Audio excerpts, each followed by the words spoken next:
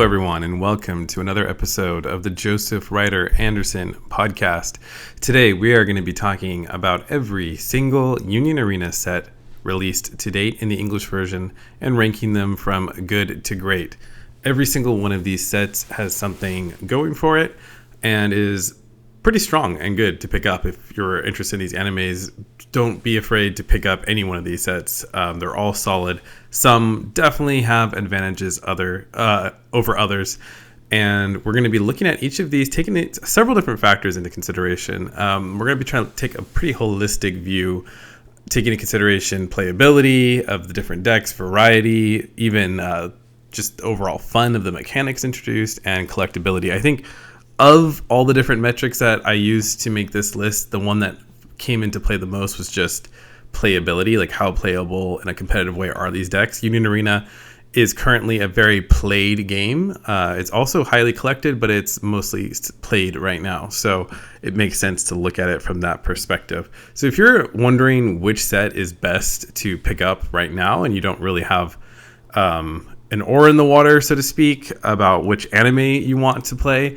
this is aimed to help you make that decision of what set to invest in. One really big advantage about Union Arena is that you don't have to buy every single set that comes out if you don't want to. Decks remain viable for a long time because of the way the game works. Because you have to stay within your own anime universe when you deck build, it spaces out the purchases that you have to make. So if you really are looking for a game that's super fun and relatively low maintenance financially, this is a fantastic game to choose. For example, Bleach Purple, which is one of my favorite decks, came out way back in, October, and is still highly relevant today. I just won a tournament playing Bleach Purple not too long ago.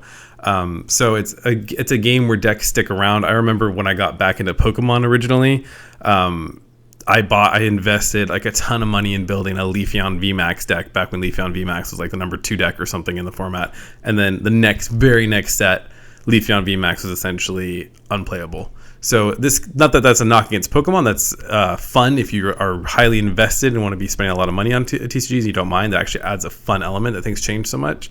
But if you're looking for something that's just a little bit more manageable financially and mentally, Union Arena is a great game from that standpoint. So before getting into it, I wanted to talk about one thing I meant to talk about in my last podcast, which is we did have the first ever Union Arena large-scale rare battle in Pasadena, California over the weekend. It was interesting. I think it ended up being not as big as a lot of people would have liked. I think there was a lot of people talking about the fact that it lacked pricing. I mentioned that in my own article about it. It lacked a lot of pricing incentive, and essentially you got a similar amount or less in pricing from a large scale than you do from just going to a local event. So there wasn't really a huge incentive to go to this event for people who are not in the immediate area. I think for people in the more nearby area, it was cool to go to a big official Bandai Union Arena event like that. And it looked like a ton of fun for people that were there, with a lot of side events and things you can get involved in, like a Gundam TCG demo going on. So I think that it was a successful event for what it was, but hopefully we get more interesting and big tournaments coming up that have a broader appeal to players. With that being said, let's go ahead and dive into the sets ranked. We're going to start with Hunter Hunter. So Hunter Hunter was a pretty big set when it came out in terms of it had Kurapika. So Kurapika for a long time was the top dog. And it was interesting because it was a top dog in a format when these introductory sets came out, it was top dog in a format that was otherwise largely dominated by Bleach decks. But other than all the Bleach decks that were running amok, Hunter Green Kurapika was definitely the strongest deck. That snipe impact combo just was stronger and more reliable than anything else available. So it had some competition with Bleach Purple. Bleach Purple could definitely beat it, but I think the Bleach Purple had to eventually tech in Byakuya to overcome that 5,000 BP that Kurapika has right off the bat. So Hunter Hunter, over time, I think the reason why it's last is that it just had that one deck in it that was really strong. There were other decks like Blue Bomber and that kind of saw some play more competitively, but those, other than Kurapika, most of the decks turned out to be largely rogue decks. They they were just not as meta relevant. So I think even back then, you're talking a much less sophisticated meta, and it only had one deck that was playable. Now I don't even know if people are playing Karopik. I don't think people are playing Karopik a whole lot anymore. So Hunter x Hunter is a set that did not age particularly well. I think Karopik is still a strong deck. I think people aren't playing it largely because there's just other decks to play, but it did do well in a fairly recent tournament a couple months ago, or I think it was when Demon Slayer came out. It did pretty well. So it's still a decent deck, but when I'm looking for a really solid, or ranking these sets, I'm really looking for sets that have multiple decks that are somewhat strong. Most sets tend to have one deck that overwhelms the rest, but a really good set has multiple playable decks, and Hunter x Hunter just didn't really have that. One thing to note though about Hunter x Hunter is that it is a highly collectible set. There are a lot of cards in Hunter x Hunter that are very valuable. So if you love Hunter x Hunter and you're just looking to collect, don't be afraid of picking up this set. Moving on to number 5. Number 5 is Demon Slayer. So it almost kind of hurts to put this set number 5 because it is actually, I had a ton of fun with this set. I had a ton of fun testing it. The rare battle was a fun challenge. One of my favorite decks of all time in Union Arena, which is the Gyataro Daki deck, is from this set. So this is not to say it's a bad set.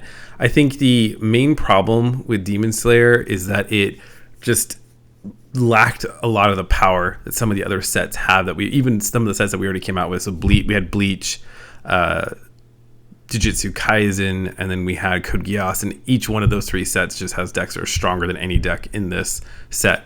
That being said, the strongest deck is Yellow Tanjiro, and Yellow Tanjiro can pull off a lot when paired with Nezuko. So I had originally felt like maybe that was a bit overrated, the Nezuko Tanjiro play, but as it turns out, being able to unlock those extra attacks while also defending your strongest Tanjiro is a really huge advantage. So Yellow Tanjiro is definitely a meta-relevant deck. It is probably not in the top tier, but it's just a step down from that. The problem is the rest of the decks are not really in the meta much. They're not super meta relevant. They have some pretty big challenges to overcome to play them in a wide open field. I've done a lot with Gyataro Daki, and it actually is a pretty solid deck. It's only missing a few pieces to be really good, but a lot of the decks in Demon Slayer are kind of like that. They're missing just a few pieces to be a lot stronger. So maybe when Volume 2 comes out, this Demon Slayer will be a bit more meta relevant. I will say, collectability wise, there are some crazy cards in here to collect. I did pull the serialized number 75 Tanjiro, the Tanjiro 3-star serialized card, and that was just a fantastic experience. So I think these sets that have that serialized component add just a little bit of extra fun to chase. So that was a really cool card. I think that there are some other fantastic artworks to collect, and obviously Demon Slayer is massively popular. So not a bad set if you love Demon Slayer. Again, totally a fun set within its own little world. I think the rare battles for Demon Slayer were less varied than I had hoped. I thought people would be playing just oodles of different kinds of decks because of the relative similar power level, but weirdly enough, in the rare battle format, Tanjiro ends up being vastly better than most of the other decks. Like, it just has a huge edge on the other decks. It's just more fleshed out, more thought out. Has the removal, has that switching, gets the extra attacks in. So I'm in my rare battle, Demon Slayer rare battle, I just ended up largely facing down Tanjiro, Yellow Tanjiro after Yellow Tanjiro. So it was not a super diverse format. That being said, still a super fun deck, super fun mechanics, and of course a great anime behind it. So I highly recommend picking it up, even if it's number 5 on the list. Number 4, this is where it gets a little hard because from here on out, each one of these sets is so solid. But number 4 is Bleach 1000 Year Blood War, the original set. So even though this is one of my favorite sets still, and Bleach Purple is arguably my favorite deck to this date, the main reason this deck's further down is that when the set first came out and the meta was really new, people were playing lots of Bleach decks. They were playing Yellow Bleach, different versions of that. They were playing Tanjiro. Some people, even myself, were testing out the Old Man Yamamoto build. And of course, Bleach Purple won the first ever major tournament. I think that what happened very quickly, though, after more sets came out, is it became clear that Bleach Purple was by far the strongest deck in this set, and the rest of them really didn't hold much of a candle to it. I think Toshiro had some interesting plays, but Toshiro's largely not played anymore. So you're really looking at a set again with just one deck that came out of that being meta relevant, and even Bleach Purple's not seeing as much play anymore because of just how strong some of the decks are that have come out since then. I still think it's a bit underrated, but for whatever reason it doesn't see as much play, even though it is definitely a competitive deck. It's probably a step down from that top tier now, but it's very close, and if a player really knows what they're doing with it, it can certainly compete with those top tier decks. But yeah, really fantastic artwork. If you're a fan of Bleach, you will appreciate how much it draws like the anime, the Thousand Year Blood War anime from the manga. So I read a lot of the manga when I was younger, and I love the way it just really leans heavily into that unique Bleach style in the artwork. So highly collectible. No serialized here, but there is that Ichigo, very valuable Ichigo signature card. So definitely a fantastic set, and the starter deck's pretty good from it too. So you can upgrade that starter deck relatively easily into something that's playable. So moving on to number 3 is Jujutsu Kaisen. Jujutsu Kaisen has arguably the number 1 deck in the format from it, which is the blue Sukuna, and you can build that with Nanami or just straight Sukuna. This set did really well from a sales perspective, has very valuable cards in it. It was the first one in the English version to have that serialized appeal with that triple star super rare serialized card.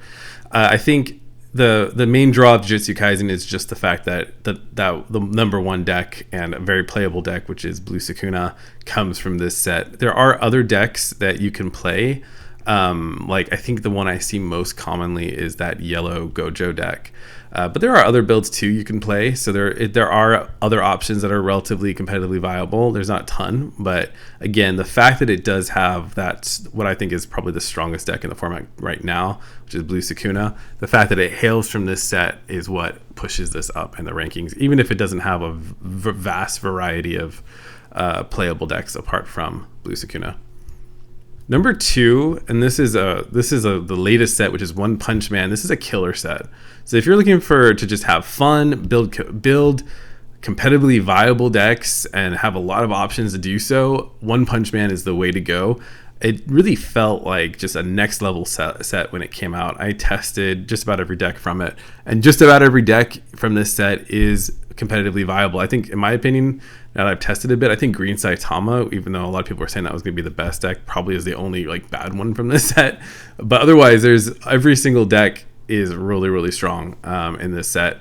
And you can build Metal Bat, you can build Speed of Sound Sonic, you can build Garo, you can build Yellow Saitama, you can build the Psychic Sisters, and they're just all playable and viable decks. I think the one thing funny enough from this set is there is not one deck that's overwhelmingly powerful like in Jujutsu Kaisen. So Yellow Saitama, as strong as it is, it's probably just not quite as top tier as as elite, I should say, as like a blue JJK, but it's still, Yellow Saitama is still strong enough to hang in there with a top meta deck. So you have just a really wide range of decks to choose from, and the chase cards are pretty solid too. So something different in this set than we've seen to date is that all of the 2-star SRs are signature cards. So you get a signature card with each one of those, which adds a bit of character and uniqueness to the cards you pull.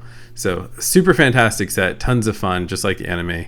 So I think also it is a set that really simultaneously with Japan, so there was a lot of added excitement since these decks hadn't really been built anywhere before. And I think along with that, we did get a lot of interesting mechanics that we just hadn't seen before in the game that was really fun to explore. It didn't feel like just a repackaging of mechanics we'd already experienced. It felt like an entirely unique new set with each deck being highly unique and really leaning into the lore for its mechanics, which is a hard thing to accomplish. So a fantastic set. Highly recommend One Punch Man. And number 1 is Code Geass. So this is still the best set. It was the set that I spent the most money on. Pulled a lot of fantastic chase cards from this set and built a lot of decks. And there's just really nothing else quite like it to date. It has fantastic chase cards, beautifully illustrated cards. It does have the serialized Lelouch card, and it also brought in 2 top tier decks into the meta, which is hard to do from sets. Most sets don't achieve that, bringing 2 separate top tier decks, which are Code Geass Purple and Code Geass Green Lancelot. So Code Geass purple, crazy strong, has that Force Gurren play. It does really well into the meta. It could be argued to be number one. I think there's definitely an argument that's even better than Blue Sukuna, but I think the only reason I consider Blue Sukuna a little better is it's just a little more reliable. You are pretty reliant on an energy line with purple Code Geass, and of course, along with that comes some added benefits, but either which way, coming with 2 top tier decks is solid. And also the other decks that you can build are not too shabby either. So you have like the pizza deck, which I think is highly underrated. If you build it aggressively with some of the Ashford Academy pieces, you can build a really strong pizza deck. Ashford Academy is done really, really well competitively, and it's just a super well-rounded and fun set, and we have not seen anything to date better than it. So we'll see. There's a lot of new sets coming out this year that are just crazy exciting, as well as second volumes to many of these. So I'm sure that this list is going to change a lot over time, but I just thought I'd give you some insights into where we stand now and where you should invest your money to get the most fun and positive experience in this exciting, fantastic game. Thank you. Until next time.